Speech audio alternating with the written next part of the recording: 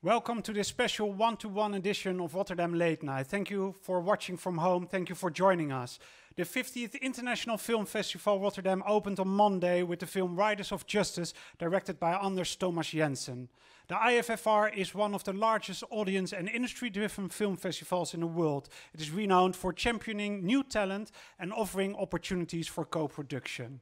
Everything is different this year, even for the IFFR. It is celebrating its 50th year as an expanded two-part festival, taking place online from the 1st to the 7th of February and in hybrid form from the 2nd to the 6th of June, with both festivals parts connect by a dynamic series of physical and online events. I'm delighted that the festival's 8th artistic director, Vanja Kaludjercic, is my guest tonight. I will be talking to her about the impressive program as well as the challenges of a festival in times of a pandemic. Welcome, Vanja. Thank you very much for having me, and what a lovely introduction. Thank you. Congratulations on your 50th year. Does it still feel like celebrating in this strange situation? I think it does. It's, you know, in a moment when you have to completely reinvent itself, also coming with a way of bringing films to the audience and bringing visibility to the filmmakers that are coming here with the new works, that are emerging talent, and finding a way of doing that despite all the restrictions that we are experiencing through the lockdowns, to cinema closures, to inability to travel, and in spite of all of that, bringing the festival to the international industry and to national audiences is something to celebrate. So in a way, I think, yes, this is not a classic and not the most typical festival celebration you would imagine, but there is a lot to celebrate nevertheless. Mm-hmm. Do you work at home as well as a festival director? I did work at home for a very long time, and then at one moment we thought, there was a time in the summer when we all thought we were gonna perhaps, move towards more of a physical festival and be able to be in the office, with a 1.5 meter distance. Mm-hmm. At that point, we rented a bigger office next to the one that we have, behind the Doelen. Mm-hmm. And on the day when part of our team had to move there, another lockdown occurred. There was a press conference, mm-hmm. and so my colleague, my co-director, Marianne van den Haar, the managing director, and I occasionally meet in that office. So it's a bit in between. Mm-hmm. You moved from London to Rotterdam. Indeed. How are you finding the city? I love it. I think it's a great relief, I think, for me to be here after the intensity of London, mm-hmm. especially in this times. I think London is incredibly it's a big bustling city that you can experience so much there. But in moments, especially as a recurring lockdown and a global health crisis, I'm so much happier to be in a city in which I can move very spontaneously and freely. And it's a beautiful place. I love it. I myself come from a port city, so mm-hmm. I recognize the energy of cities that are, that port is a dominant element of it. Yeah. You grew up in Istria, and you studied literature and cultural sociology. Yes. In Ljubljana. Is that the place where you developed your love of cinema? Absolutely. It did start a bit earlier, but where I could truly dive into it and take as much as I could happened in Ljubljana, indeed. In Croatia, I come from a small town that it's rather provincial, so especially in the post-war Croatia, there was not so much going on when it comes to the art house cinema or any kind of international cinema mm-hmm. that is not from Hollywood. So only by the time I moved to Slovenia, I became part of the Cinematheque, as well the team. I became a member of it and started watching absolutely every retrospective that was on schedule. So that was really the first serious dive into the history of cinema as well. You became director of the Human Rights Festival in Zagreb when you were only 20. Were you that ambitious, or was it just one of the jobs you had at the time? I think foolish would be a better, or ignorant, mm-hmm. because that was again the time where there were no, so to speak, very established structures, ways. You cannot intern somewhere and then become part of the festival team. There was nothing much going on out of this long, couple of year long even deprivation of any kind of independent cultural content, and that doesn't refer only to cinema but every other branch in culture, right? So I remember becoming director of a Human Rights Film Festival was so it was the time in which things like that were possible, right? That there was a small NGO or two NGOs wanting to do more and bringing more international figures to Zagreb in Croatia. And they met me. I was at the time already volunteering at Rotterdam Film Festival, which was the first sort of independent film festival that took place in Croatia, and I was immediately part of it because I was so attracted to this very dynamic cultural, independent cinema milieu, where, on top of course, filmmakers who attend, you have all these other figures, that are part of distribution, production, and I was actually very interested in everything that happens behind the scene. And we didn't know, of course, enough, but we felt confident enough. That's why I'm saying foolish, ignorant, young, brave. So we said, why not? Yes, let's do a human rights film festival. Was it a success? I think it was. The first year, yes, we opened the first year with Raymond Depardon. It was one of his documentaries, and following a couple of different court cases in one of arrondissements in Paris, and the audience was very curious about it because, again, we were bringing to Croatia films that otherwise would never even come even close. One thing that happened, Mottowen was the first festival, there was human rights, there were a couple of other festivals re-emerging in not only in Croatia, but in the whole region of former Yugoslavia. And they were, in a way, replacing what the regular distribution should have been doing. But there was no regular cinema distribution. So for independent cinema, again. So that role was taken by the festival. So each festival sort of got its specific angle, and this one was human rights. And we did amazing stuff. We went sort of a bit beyond what a classic concept of human rights film would be. So of course there were documentaries, this and that, but we did a lot of Gia Janke works.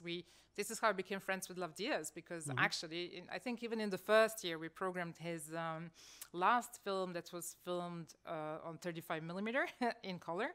It was a 5-hour-long film called Batang West Side, and we had to ship from Manila to Zagreb, like 16 reels of 35mm print. And I remember Love came as well. I don't even know how did we manage to do that. And it was really there was no corona. Yeah, it was really before he also started, going to very prestigious festivals such as Venice. Even so, I don't know if he was even at the time at IFFR, but I suppose he was. And it was around Christmas time, so projection is between these long reels, that he had to project. He never had to do such a long film. He went to decorate the Christmas tree between the reels, and then he got a bit confused and then switched the reels. So all of a sudden we got a completely different scene of the film, no subtitles, and La was like, this is not the order of how this film should go. So we had to sort of stop, let the audience out for a bit, and it was a break, which was also good in a very long film they had to watch. In 2004, it was the first time you visited the IFFR. What was it like? What do you remember? Oh, it was total joy. I think this is how I would describe it. It was sort of heaven for cinema for us. Again, why? Because it was so accepting of everyone and everything. And I think this sort of without any hassle, without any formality, it was one of the rare, very, very big film festivals that was welcoming everyone. And that goes for audience and for films and for art, for everything. And this is what I always found very inspirational about IFFR. So we would come here to discover films and filmmakers and artists that we never heard of. There are a lot of things, of course, that when you come to IFFR that you recognize, and that there is a hype around it, and you're like, yeah, I'm gonna want to see that too. But then on the other, end of the spectrum, there are things that you never heard of. So this was always a place of discovery for us. It was also very formative, I would say, because, we would go to cinema, of course, with the very first screening, often very hungover, because also Rotterdam was known for very good parties. You went to the Hotel Central parties? That happened occasionally. You like to dance? I mean, that happened as well, yeah. And drink, yes, well, sorry, yes. And I think I even spent 1 year in Hotel Central. I had my room there, can you imagine? Yeah. Yeah. Before you manage to go up, you always have to stop by the bar. So that was a difficult year when it comes to managing through. But you got up early to see the first film at 9. Always. Sometimes, occasionally, you crash during the screening, and then you're like, oh, where am I? What's going on? But that was part of the charm as well, especially when, as I say, in the younger years, when you have so much energy to do 5 to 6 films a day, then go to party, meet I don't know how many people and filmmakers and so on. But it was great. Did you ever think of becoming the director of the IFFR one day? I don't think that crossed my mind until last year when I was applying for the job, or the year before actually. But, did you apply for it? Did they ask you? I applied. I applied for the job. It was the recruitment company was in place as well to help facilitate the whole process. So of course recommendations were coming in, or people, the recruiter themselves got the list of people who they might ask to apply if they want. So I was contacted as well by the recruiter, but it took me a very long time before I decided, okay, this is it, I'm going to apply for the job. And the reason for that was mainly that I moved from Rotterdam, actually, to go to London to work for Mubi, an international streaming service company where I was running global acquisitions, and it was a great and exciting job. So I already went through this whole process of moving yet again and sort of settling in a new country, which in this case was the UK, very weird part of UK's history as well. And I really wanted sort of to, think it through in the sense that, okay, the hassle of moving, can I do this again, et cetera, et cetera. But I really wanted to sort of eliminate, it's a long thinking process until you dive deep enough to understand this is absolutely a job that I find a dream job. And yes, why? the opportunity comes at a time that perhaps it's not the most convenient, but on the other hand, it's to me it seems always that these kind of opportunities are once in a lifetime kind of situations. Why? Because it's about bringing together the things that I'm perhaps most passionate about. This is a great world cinema. It sort of gathers communities that are very dynamic, that are very creative, that are very diverse.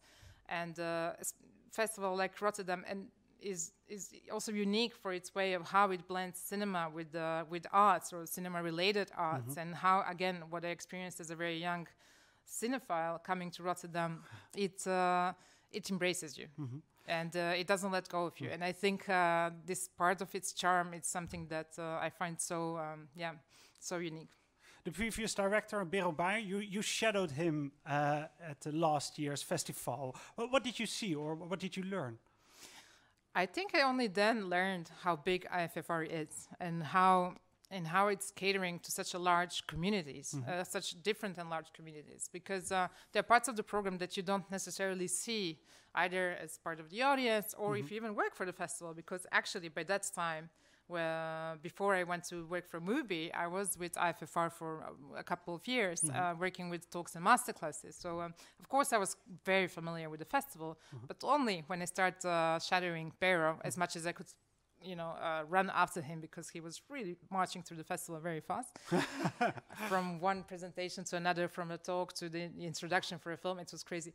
It was a very good fitness program. Then I realized how huge this festival is. I think I discovered that year, this was last year, another 30% of the festival that I was completely unaware of. That goes for the massive and incredible educational program we have, and so many more things. Bureau strengthened the ties with Dutch filmmakers. For example, in 2019, Dirty God of Sacha Polak was the opening film. How important is the artistic Dutch film for the IFFR coming years? I think it's very important. I was very glad when we started watching Dutch films for the festival, creating the program for this very unique edition. But nevertheless, one thing that doesn't really change is the programming, the way how you go about the programming, the selection, searching for films, talking about the films, fighting about the films, fighting for the films. All that remained the same. What means fighting for or against? Against each other in terms of opinion, when you become very vocal and advocate for a film, and your colleague is like, no, and then you're trying to understand, how can you see this film so differently, And how do you convince other people you work with?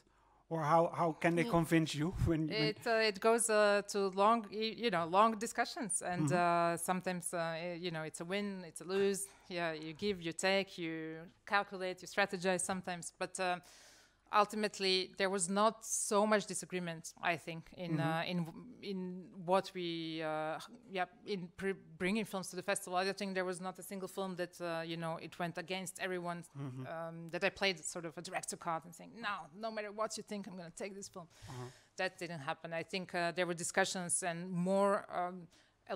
more arguments that had to be put forward in terms of why do you think this film really needs to be brought to the audience? Because, of course, what we do in Tiger competition especially, whether it's shorts or features, we bring films that challenge. Yeah.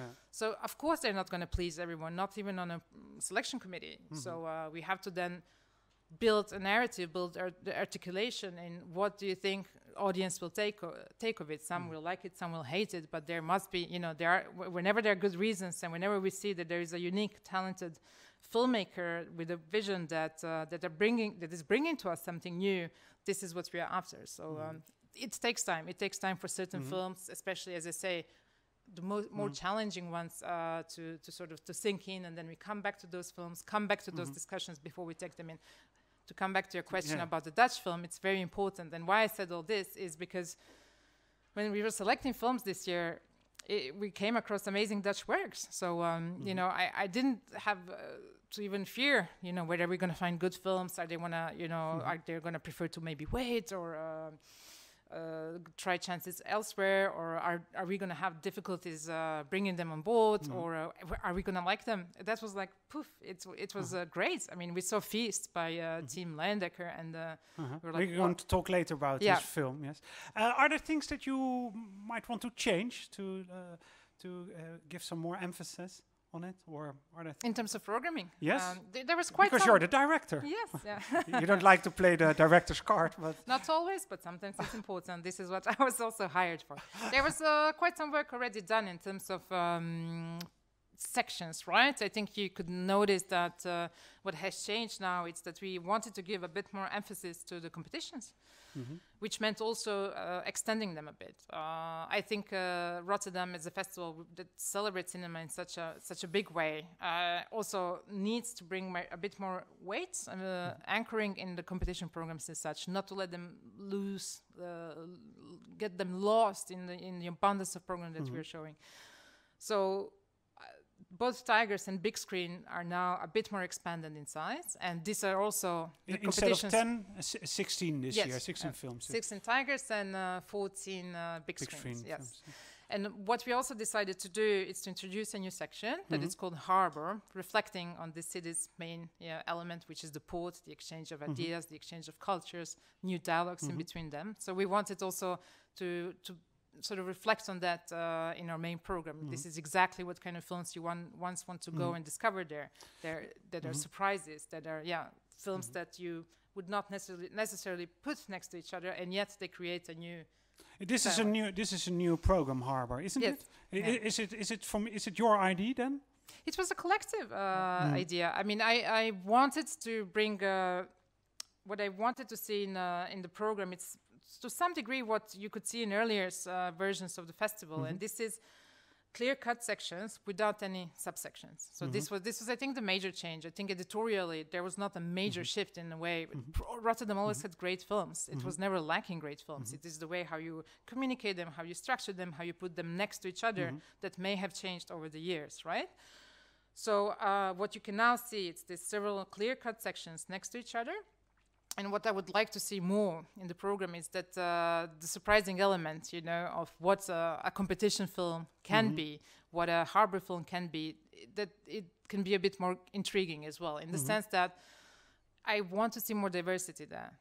What do you mean by diversity? But in genre, or it can be in genre. It can be in in the way how formally we are approaching films. But yes, genre is a very sort of great way to illustrate it as well. So it's good that you bring it up. Next to an avant-garde film, a feature avant-garde experimental film that we have in the program can be a very classic documentary, but also poetic, beautiful art house film. And in the competition, you mean? Yeah, for instance, in the competition. And next to it can be a more genre-like film that can be both a comedy, it can be something else.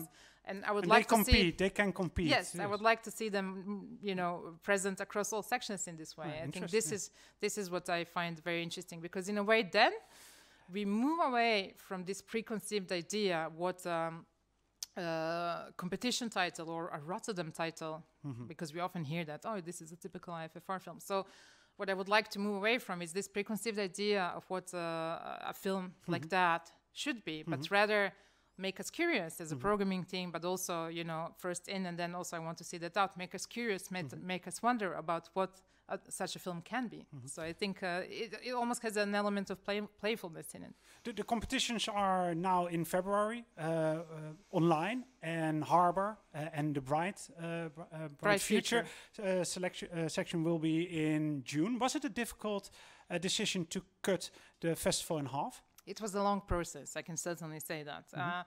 Already early on in March, I was, I think, for 2 weeks in the office when the first round of lockdowns across the world. Your new job. Yes, occurred, and I went back into my home. Everything was still in London, so it was a very sort of hermit-like of living. That I had nothing. It was quite funny to find oneself in that situation. Also, because first is the big challenge of course, shifting as an organization that is quite big, that very much is based on exchange, communal discussions, effort, dynamics, and all of a sudden everyone works from home. We have to learn how to communicate in a very different way and make things happen. So, okay, the whole world turned upside down, and we were like, I'm not sure how quickly this is going to be resolved. And we as a festival have a responsibility, of course, of thinking what, you know, how we, of contingency plans, because it might not be resolved just like that next January. So already early on, we started thinking with teams. We started forming small groups from very different departments that come blue sky kind of thinking, come with an idea what could be a festival, given all, given all the restrictions and so on that we knew about in March.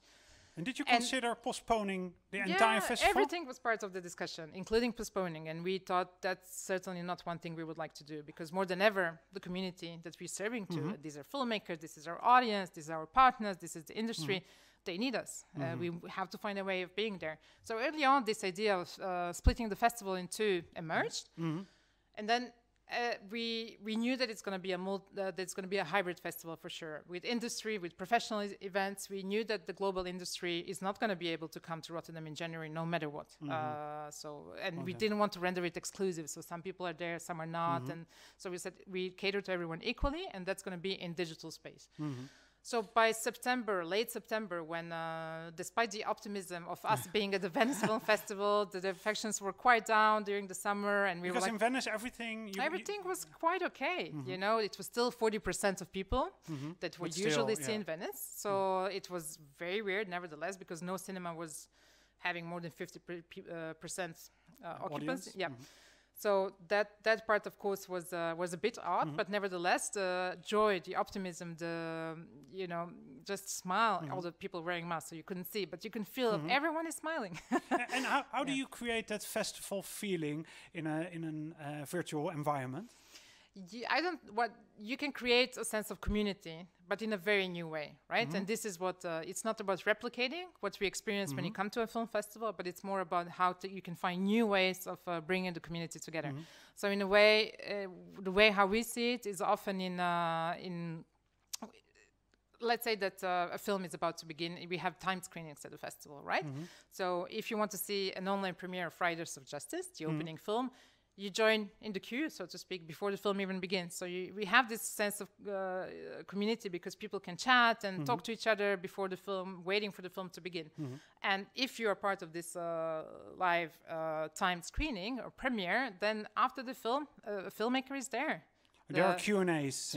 In which if you're using the chat box and writing your questions are very likely to be answered. So you can lively interact, in a live manner, interact also with the filmmakers.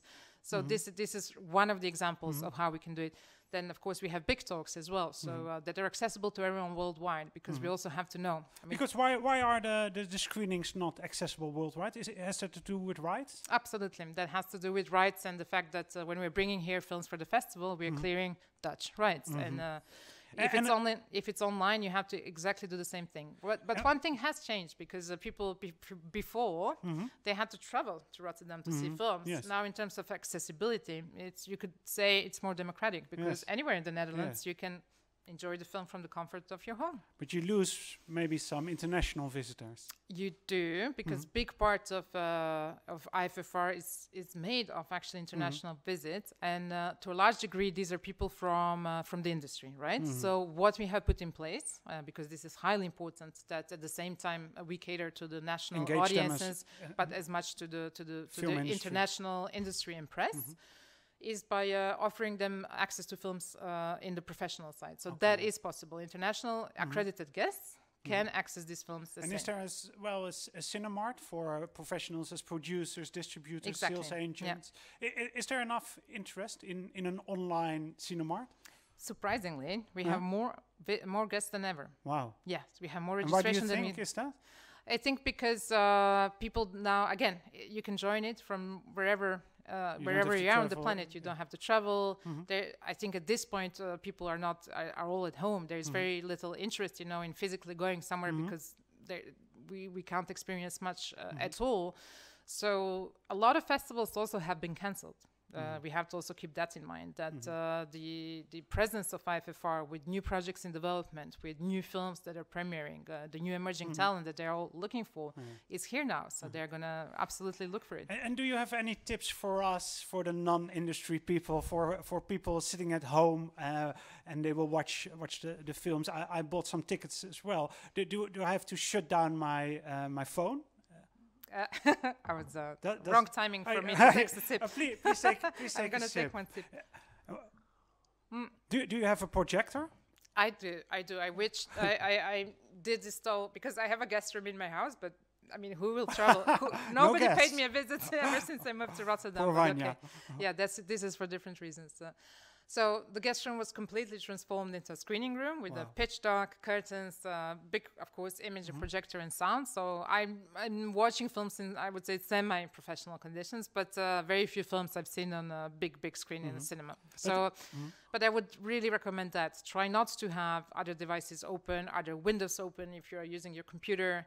Try to recreate this sort of experience as if you're going to cinema. You're always going to switch your phone before you're going to cinema. Do the same at home. Just dedicate this hour and a half, 2 hours to only film and film only in that And experience. am I allowed to go to the toilet to pause the film? Is that possible? Or should I buy then a time slot ticket? Yeah, with the time slot tickets, you're going to lose it. But the VOD tickets, you're going to be able to do that. So choose wisely. Yes. Okay, and if you buy a ticket for 72 hours, Exactly. you can go to the toilet, yes, you can. and otherwise you can't pee. Exactly. Okay. So prepare also in any possible way, including that one. There was already IFFR Unleashed and IFFR Live. Will there be a bigger emphasis on streaming after the pandemic? So are there things that will stay? One interesting thing now because yes, you're right. You pointed out very innovative ways in which IFFR as a film festival wants to look forward, wants to look in how to reach new audiences and how to keep year-round audiences with it. So projects like IFFR Live or Unleashed are really at the heart of that. And to a certain degree, what we are now creating, this tool in which one through IFFR.com can access practically the entire and experience the entire festival is a similar achievement. And this one is interesting because we have developed it in collaboration with other festivals here in the Netherlands, making it more sustainable financially speaking, and also putting in it more know-how. So festivals like IFFR and IFFR, Cinekid were all using the same and developing together with us the same tool.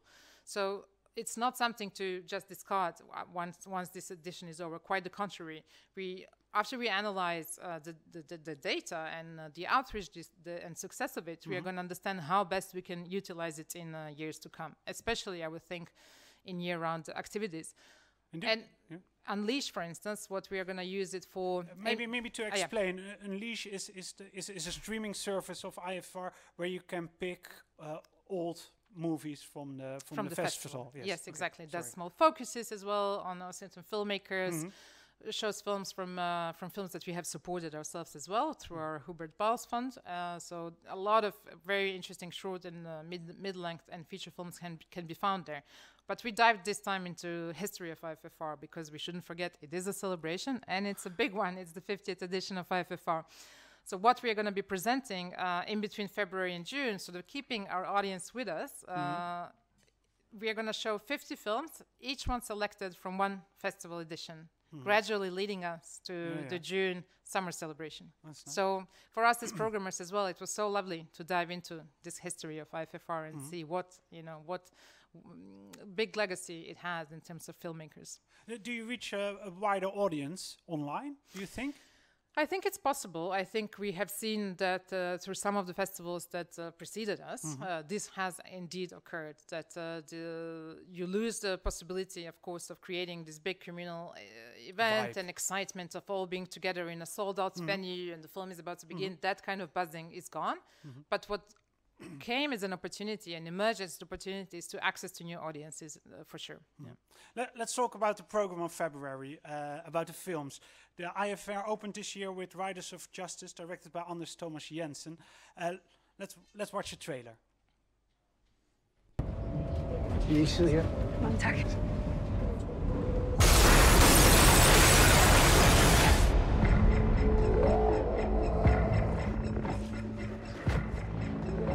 Jeg var med samme tog som din kone og datter. Hvad ved? Jeg synes, du har krav på at vide, at det ikke var en ulykke. Kan du bare lukke røven lige nu? Hvis du kunne hacke os ind i Fitness World server, så ville der være en mulighed. Fitness World? Fitnesskædet? Nej, stenhuggeriet i landet. Du skal tale pænt til mig, ellers så gider jeg ikke hjælpe. Hvad vil du bruge det til? Jeg vil hæve min kone. Jeg har slået nogen ihjel før. Lad os bare være stille, så. Jeg vil bede om at finde alt, hvad I kan for rockergruppen Riders of Justice. Hvor mange medlemmer de har. Hvad de er straffet for. Hvad de er mistænkt for. Navne, adresser. Er det noget, I kan, uden at ligge spor? Vi har fattet det nemmeste for dig. Det er det nemmeste for mig. Hvad der sker for? Ja, det er jo fordi han... I psykolog, ikke? Det må man sige, det er. Nej. Tak.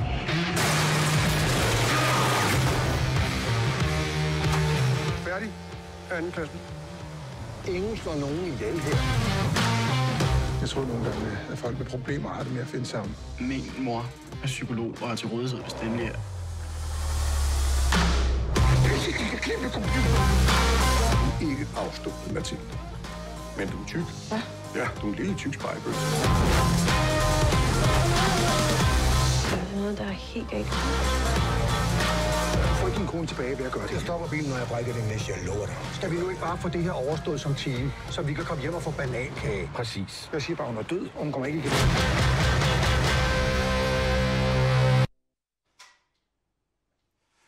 Great trailer. Why is this the opening film this year? Riders of Justice. When we saw it, it was such a clear selection for us. Like, this is it. This is the film we want to open 50th edition of IFFR. We knew, of course, the director, Anders Thomas Jensen. His previous film, Man and Chicken, was very much liked here by critics and our local audiences. So we knew that probably with this one we are going to tap into quite wide reception as well with this film. And he again brings together an ensemble cast that was featured in his previous film, and prominently in this role is Mads Mikkelsen, who we just saw in the trailer, who is having an exceptional year as well. I mean, in Another Round by Thomas Winterberg, he won a European film coming out. Yes, that will come up in a couple of months. Have you seen it already? I did. Yeah, Okay. I've seen it, and I think it's an exceptionally well done film, really. And I can't wait that yes, it's released here in the Netherlands as well. And for which he won the European Film Academy Award. And here, I think what Jensen does exceptionally well, together with such a skilled and talented cast, is delivers such an interesting mix of really realist topics combined with genre elements that are both coming from action thriller and a dark comedy, and somehow so successfully puts them together and put also you as a viewer a bit on the spot, because it touches upon quite some difficult topics that are very timely. Is it also a film that says something about the times we live in? I think so, yeah. This is what I wanted to say. It touches about topics that specifically here, what we'll see, the rise of extreme right-wing nationalism in Europe as well, and that has been fully legitimized by a former US president. So it really touches about a few very spot-on contemporary themes. The IFFR used to go for its own premieres, often artistic films that people complained about the party afterwards. Are you trying to smuggle, I'd say, a bit of entertainment in the program? I think we should also use this program, especially opening films occasionally, also to entertain ourselves. It's important. It's important to, you know, I think you brought up previous to the question about whether genre cinema should be more present at IFFR. the director Thomas Jensen already was part of the IFFR. It's just a question of was it a bit pushed to the margin, or we are putting it forward and saying this is the opening film. So it's more like about recalibration of how we are seeing these films, where we are putting them, rather than bringing them to the festival, because they were in a way part of the festival. It's just the place that they're occupying that may have changed now by putting it as an opening film. That's a change, maybe. Or do you?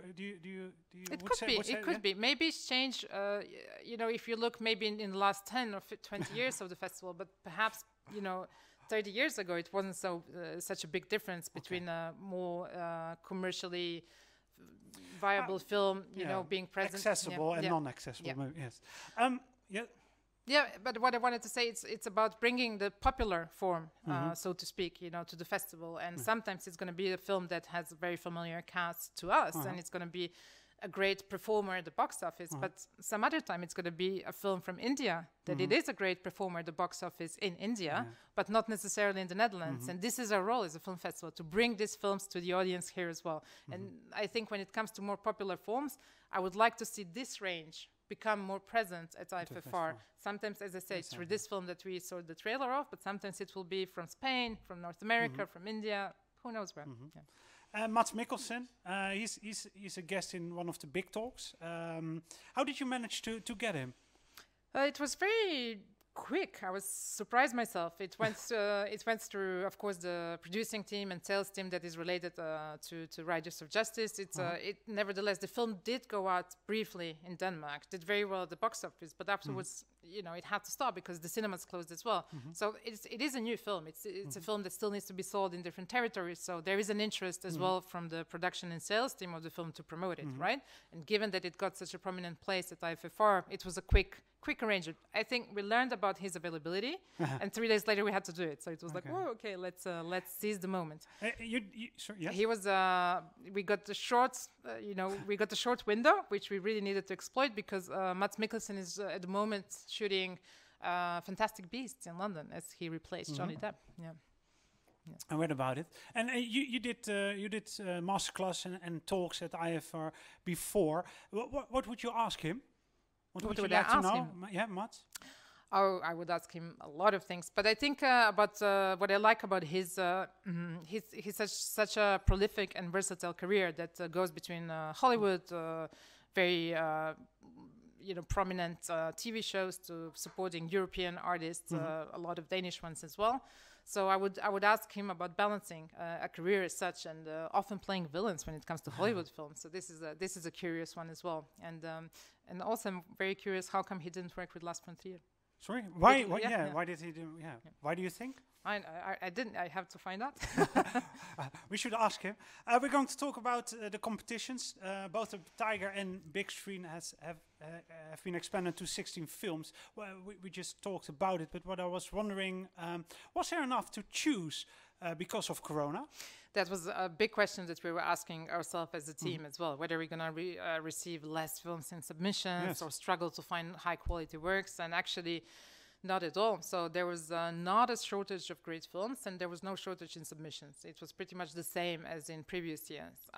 And also we were wondered, okay, by expanding the competitions, let's not force ourselves to have, by all means, 16 films if we don't feel comfortable, with the level of quality with each film. But that, yet again, this was not a problem.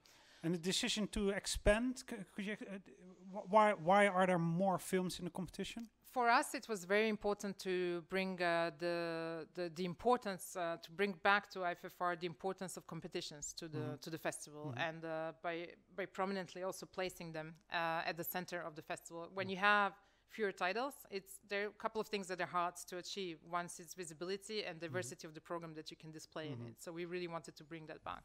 And how about next year?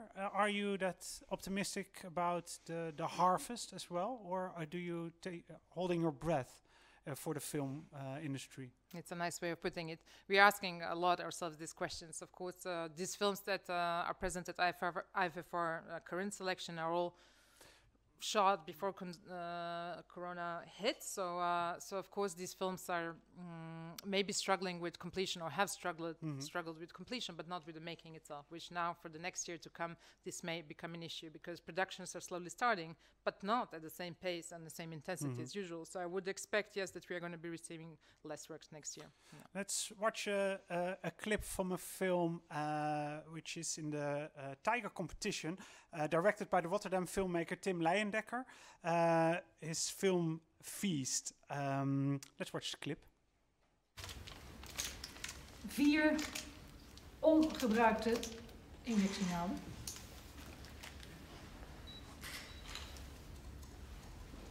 Een roze polo shirt.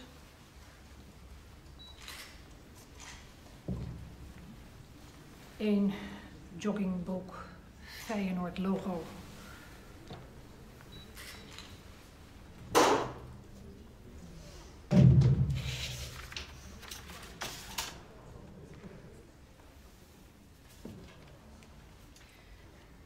Twee brieven.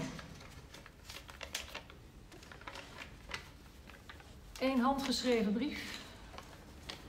Peter, ik denk niet dat je weet hoe je van iemand moet houden. Maar het was er wel. Jij was in mij, dat betekent iets.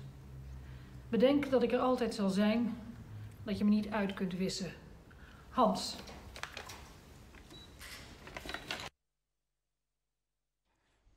Feast has its world premiere at the IFFR, and it's the only Dutch film competing for the Tiger. Why is this so interesting film for you? It's really, it's the film that we saw and we were completely convinced this is a perfect Tiger competition film. And even more so, we were delighted that the filmmaker is Dutch and coming from Rotterdam. We were familiar with Tim's work, of course, because his previous many shorts were part of our program, whether in Tiger Short Competition or in other short film programs. So this is a film based on a real case. It's this Groningen infamous HIV injection case that Tim takes on in the 3 men drugged other men and injected their HIV blood. Yes, they were all HIV positive already, the 3 men, and they were injecting deliberately, drugging men at the parties and deliberately injecting them with HIV when they were unconscious. So I think in the Netherlands, this case has of course drawn a lot of attention. It was present in the press a lot. So I think it will reach into recent people's memories because it didn't happen such a long time ago. What is interesting about Tim's approach to the film is that he's not so interested in analyzing with us on screen on what went down with this case, but rather from analyzing or focusing on the relationship and the dynamic between the victim and the perpetrator. From many different points of view, and some very unusual ones. He's zooming in, he's zooming out. We are seeing very, very different approaches to the film. So, because the film is divided in 7 segments, and for each segment, he's working with another director of photography. What effect has it on the film? That formally, you're surprised. You don't, every new segment, you're like, I'm not sure what we're going to see right now, and what better, gift to us as programmers as when we are looking for most unconventional approach to the filmmaking when it comes to Tiger competition to come across this work that brings surprises. You're like, okay, what's happening next? And you cannot put your finger on it, and this is exactly what we're looking for. And suppose he wins the Tiger, what does it mean for a filmmaker? Does a Tiger open doors? It can open many doors. It many doors, not only one door. Think, for instance, of Kelly Reichardt, who we're also going to talk about. She's receiving a great honor this year at IFFR, but she, with all joy, competed at IFFR, and which brought her a Tiger Award as well. It really can launch. The festival is such in general already by being present in Tiger competition can serve as a launch pad to getting your festival career going. But by winning the Tiger Awards really drags an extra attention and extra focus, and one can be assured that after such a thing occurs, it can open door to creating new links, new connections, and building your career in a direction that you would also want. You can also choose a certain thing then. It's not only grabbing, it's also about choosing. Yeah. Let's go to the big screen competition and let's watch the trailer for The North Wind, directed by the Russian actress and filmmaker Renata Litvinova. Her film has been entered for the big screen competition.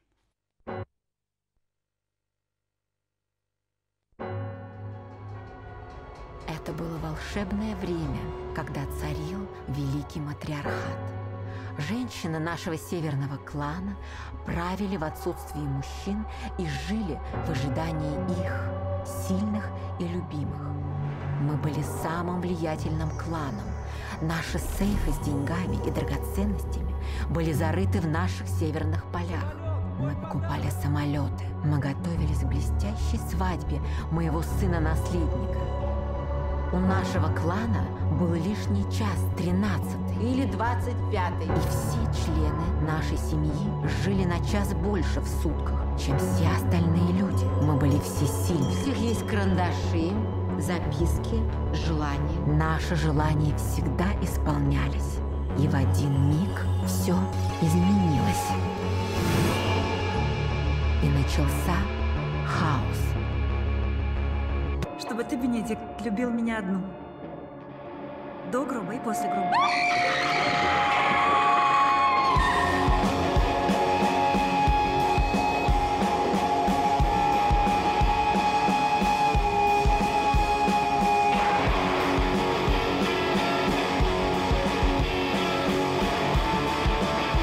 Захлопывай! И стали дымить северные поля. Власть переходила от одного к другому, сея война и болезни. Меня никто никогда не любил, я никого никогда не любил. Я люблю тебя. И чтобы все спасти, кто-то из нас должен был умереть. Бенедикт мой, не твой. Не надо сюда больше звонить! What a strong and beautiful trailer. When I saw it the first time, I immediately was looking forward to the IFFR. I bought tickets for the film. How would you describe this North Wind? As the most probably intoxicating film that I've seen. It really attracts you, it repulses you, it offers you again something that you have never seen before, including a rat having a carriage on. I don't think I've ever seen that before. But this portrayal of the matriarch dynasty in the most extravagant, exuberant, and as I said, intoxicating way. It's again one of those films you're like, I don't know how to categorize this, what it is, and yet it delivers in such a convincing and confident way. Litvinova is close to IFFR as well, and she's both in the film and has directed it, and has a long history through yet another great Russian director, and that's Kira Muratova, in whose film she has acted or she has written for. So Yes, she's a screenwriter as well. yes, and bringing her in this way to the festival was very meaningful to us because she's such an original creator. Such a charismatic actor as well, and having her in this role as a filmmaker back at IFFR, it's fantastic. How is the film climate in Russia at the moment? With the films that we have seen this year from Russia, we were really very happy. So I would say quite good because there was another very strong feature film that we saw in Venice, and it's Konchalovsky's film, Dear Comrades. Andrei Konchalovsky is also an IFFR darling, and his film premiered in Venice, and we brought it, of course, to Limelight section because it's gonna, as soon as cinema reopen, it's gonna be presented there. And then we saw some other Russian films that we have discussed that we found very strong, so they might become part of the program in June. There are some things that are still a bit in the air. And for filmmakers, is there freedom of expression? Because with now all the news about Navalny. It sounds a bit difficult. Before him, we had Khodorkovsky. You remember? So these kind of figures are very prominently also featured in cultural context as well. So Khodorkovsky, like Navalny, we will see probably films coming, depicting this era. Will very soon probably be in one way or another presented also to IFFR or festivals worldwide. But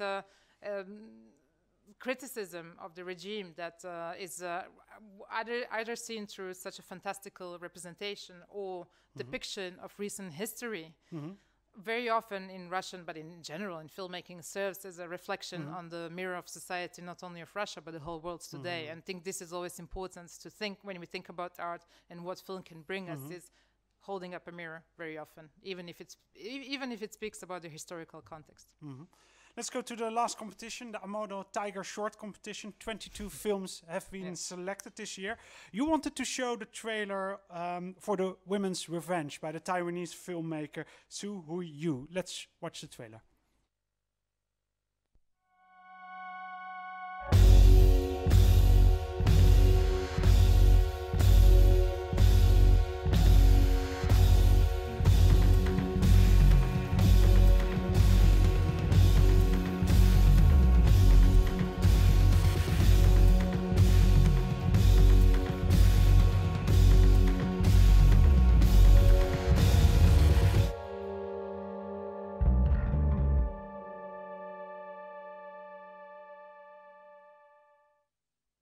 Is Su Hu-yu the Taiwanese Quentin Tarantino? Could be, but when it comes to the narrative structure, far more free than Tarantino is. And this is always, I think, what short film can bring to you, this freedom of expression, and you can really let go of certain grammar of how, you know, cinematic language can be or should be. So short films allows us to play with time, play with dramaturgy, and this is exactly what this film does. There is no very sort of linear narrative line about these characters that are, of course, all very interesting and intriguing, and you want to know more about them. And here he's also referring to the history, bringing up the mirror yet again. And this is a more recent Taiwanese history at the end of the martial law in the 80s, when there was this wave of exploitation movies in Taiwanese cinema, portraying, of course, violence, as you can imagine, the most gruesome violence against women. And these films were oppressed, of course, trying to be raised by the government, by the law, and pushed aside. But precisely because of this sort of attention that they got, they became way too popular. So what this artist, Su, is doing now, it's reversing the rules and using main male characters that were so oppressive towards women and so violent towards them in these films. Revenge. And it literally does what the title says. It's the revenge, and it's quite a fascinating film, quite gruesome as well. Yeah, is it violent? It's quite violent. I have two children, 10 and 12 years old. But Not I want kind to of learn them something about feminism as well. This is not how you want to introduce them to IFFR. Okay. There are some other films I can recommend. Which one you would recommend? There are plenty of works that we have in our education program that are also quite. I thought of the French absurdistic film about a fly, which is quite. What's the name? Dominique? Yes, Dominique is my favorite character. I must say, she's such a charming and charismatic mechanical fly. No, it's an entertaining film, but and yes, very simple French in terms of expression as well. It's quite. They can read the film. subtitles. Yeah. and education. Is it possible to reach schools in this strange time where there is homeschooling? We have actually already started with that. Okay, so one thing is, yes, we have a festival that is 7 days long, but there's so many activities that have started before, especially in our professional side and the education side. So with schools, we already did some short film programs and did some master classes, and the education program also has this benefit that it doesn't necessarily depend on the 7 days of a festival, but a big part of it is going to take place in May, when leading up to the June edition. The last film I would like to talk about is part of the Limelight selection, like Riders of Justice. David Verbeek, he made a film about Chinese vampires, Dead and Beautiful. Let's watch the trailer.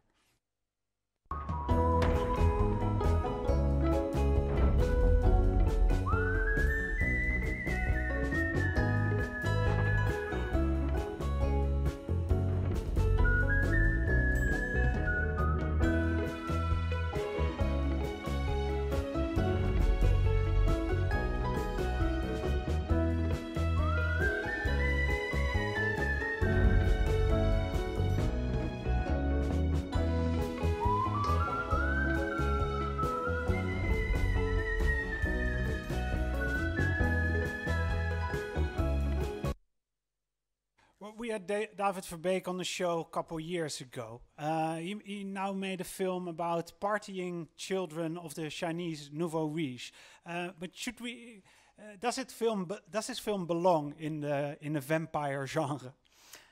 To a certain degree, it plays with elements of genre, which includes, in this case, vampirism, in an intriguing way. And I really want to let audience discover that. But what absolutely enjoy about this film in the way what kind of sort of journey he's taking his characters that are, of course, challenging themselves with different games, deceptions.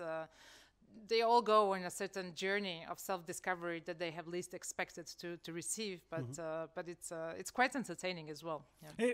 And with David Verbeek, the press is always he's praised by the critics, but he didn't manage until yet to reach a large audience. Will this film change that, do you think? You're right, because he's a very versatile director, and I think this is something to compliment him on. When you think about his filmography, there's like such a variety of works. He really wants to challenge himself as an artist, as a filmmaker to How long did he work on this film? I think it took quite a long time.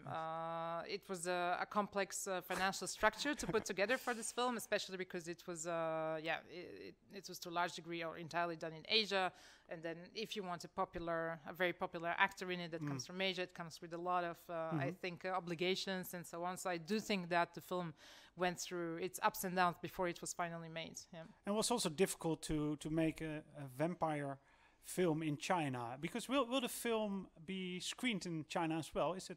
That's a question for David, I must say. Yeah, okay. I wouldn't see why not, but then again, I'm not working for Chinese censorship, so I wouldn't know if something would bother me in it or not. But you asked about wider audiences, and yes, I do think that this film has a level of intrigue, accessibility, beautiful young people, vampirism, a lot of things, and exoticism of certain sorts that can attract wider audiences. I'm very curious. Yeah. I certainly will watch the film.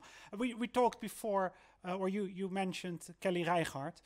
She's also on the program with Big Talks, and she will be awarded the Robbie Muller Award this year. For people who don't know her work, what are they missing? A lot. Because she's an American film screenwriter and filmmaker. Yeah, she's a director who has quite an impressive career already. She established herself, I think, as one of the most important filmmakers from the independent filmmakers in the U.S. Her films, have almost this kind of transcendental calmness about it, in a way how she's in a very simple yet very, very complex, but on the surface very simple, calm way in which she's depicting very often ordinary people from Northwest America that are often underrepresented. And quite a great ability that she has about her films is that she can get equal meaning, equal attention to and put into relations people with the nature, with objects, with animals, and make them equally belonging to and related to their own universe. And I think this is something that very few filmmakers can do. Is this does he receive the Robbie Muller Award therefore for showing landscape, showing in such a natural and yet transcendental way? Yes. Absolutely, because it's such a unique cinematic voice and an image maker that. In a way, it's very close to the spirit of the way how Robbie Muller was creating his own imagery, and these are the qualities that we have recognized. The jury has recognized in Kelly's work and wanted to award it. And I must say that the award is not bad at all. Besides the recognition, one gets enlarged Robbie Muller Polaroids, and the one that went to Kelly is remarkably beautiful. Let's watch the trailer then of First Cow. Correct. It's in the limelight section. What's your name? King Lou. You call me Cookie. My mother died when I was born, and then my father died. I never stopped moving. It's the getting started that's the puzzle. No way for a poor man to start. You have a cow. First cow in the territory. This ain't a place for cows. Well, it's no place for white men either. I sense opportunity here.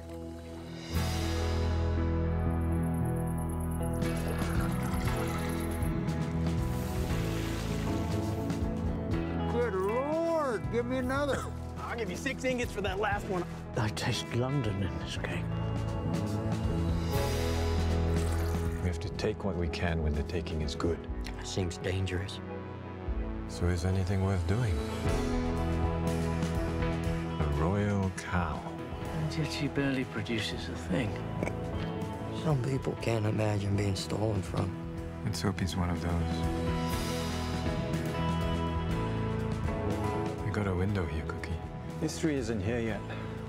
It's coming, but maybe this time we can take it on our own terms.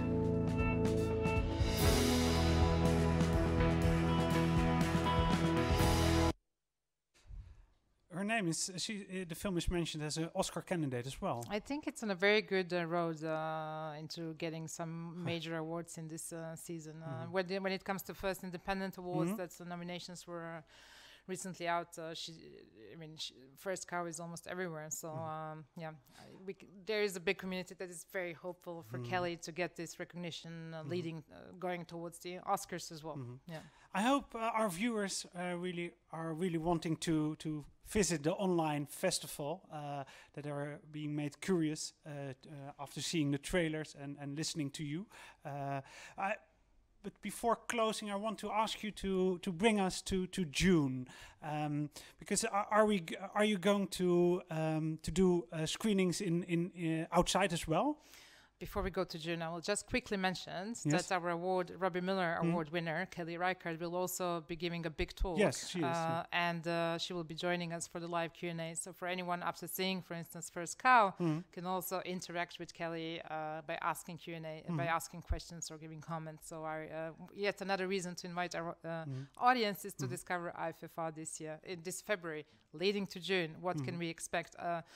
Indeed, we are hoping to organize more outdoor events, whether this is with the open air cinema and some outdoor installations. So there are quite a lot of things in the planning, especially because June, to a large degree, will be about celebrating the 50th anniversary. So we mentioned that February, it's about focus on the competition titles, on new films, whereas as we are going to June, we want to focus the centerpiece, so to speak, of the program will very much be about marking the 50th anniversary of IFFR in a very special way. Because you're going to do a program with 25 conversation with 50 people. You are selecting heroes from the last 5 decades, and you combine them with emerging talents. With some new figures that we are very impressed about, and we want to bring them closer to IFFR. And could you tell us already a name?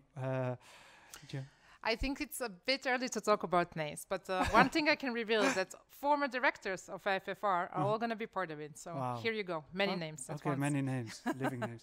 Thank you. I wish you a lot of luck with the current online festival, and hopefully we will be able to come together in large numbers in June for a festive conclusion of the 50th edition of International Film Festival Rotterdam. Thank you, Vanja. Thank you. I really enjoyed this conversation, and hopefully, yes, let's celebrate in June in person.